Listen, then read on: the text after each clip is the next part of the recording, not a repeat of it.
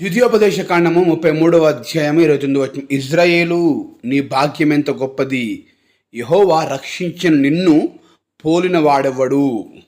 హల్లెలూయా, దేవునికి మహిమ కలుగును గాక. అద్భుతమైన విషయాన్ని దేవుడు తెలియపరుస్తున్నాడు. నిన్ను పోలిన వాడెవడు. ఎవరిని పోలినవాడు? ఇదిగో ఈ వాక్యం వింటున్నా నీతోటి దేవుడు చెప్తున్నాడు, నిన్ను పోలిన వారెవరు?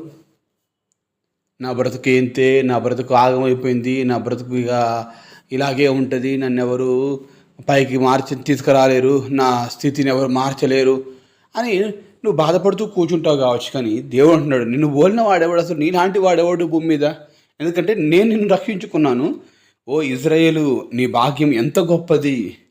నువ్వు అనుకోవచ్చు నా దగ్గర ఏమి లేదనుకోవచ్చు, నువ్వు ఎంతో గొప్పవాడివి. ఈ భాగ్యం ఎంతో గొప్పది. ఇజ్రాయేలు నీ భాగ్యము ఎంతో భాగ్యము.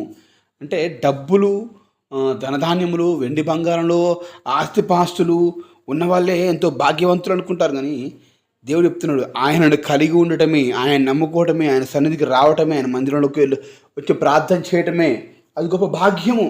నీ భాగ్యం ఎంత గొప్పది. ఈ భూమి మీద కోటీశ్వర్ల కంటే కూడా,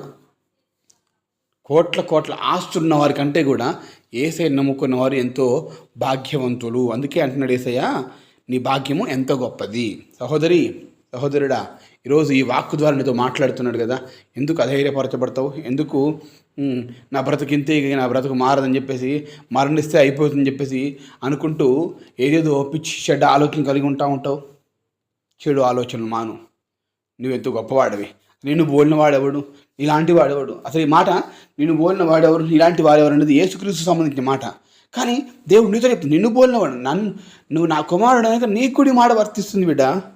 నిన్ను పోలిన వారెవరు, ఇలాంటి వాడు ఎవడు భూమి మీద? హల్లెలూయా.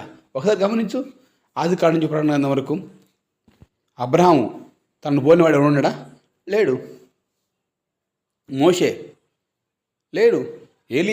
ఎలీషా, దావీదు ప్రార్థన నిబంధనలో ముగించబడితే కొత్త నిబంధనకు వస్తే ఎంతోమంది భక్తులు. ఇంకా పేతురు, యోహాను, యాకోబు, పౌలు, తిమోతి, ఎంతమంది భక్తులు. వారి జీవితాలు వాళ్ళని మించిన వాళ్ళు ఉన్నారండి? లేరు. వారిని వాడుకున్న దేవుడు నిన్నెందుకు వాడుకోవాలనుకుంటున్నావు?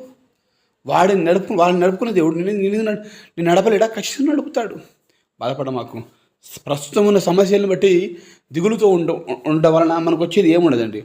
దిగులు పడకు, చింతపడకు, అధైర్యపరచబడకు. దేవుని వాగ్దానం బట్టి ధైర్యంగా ఉండు. నిన్ను పోలిన వారు ఎవరు లేరు. నీ భాగ్యము ఎంతో గొప్పది. అందరి ధనవంతుల కంటే కూడా నువ్వు ఎంతో గొప్పవాడవి.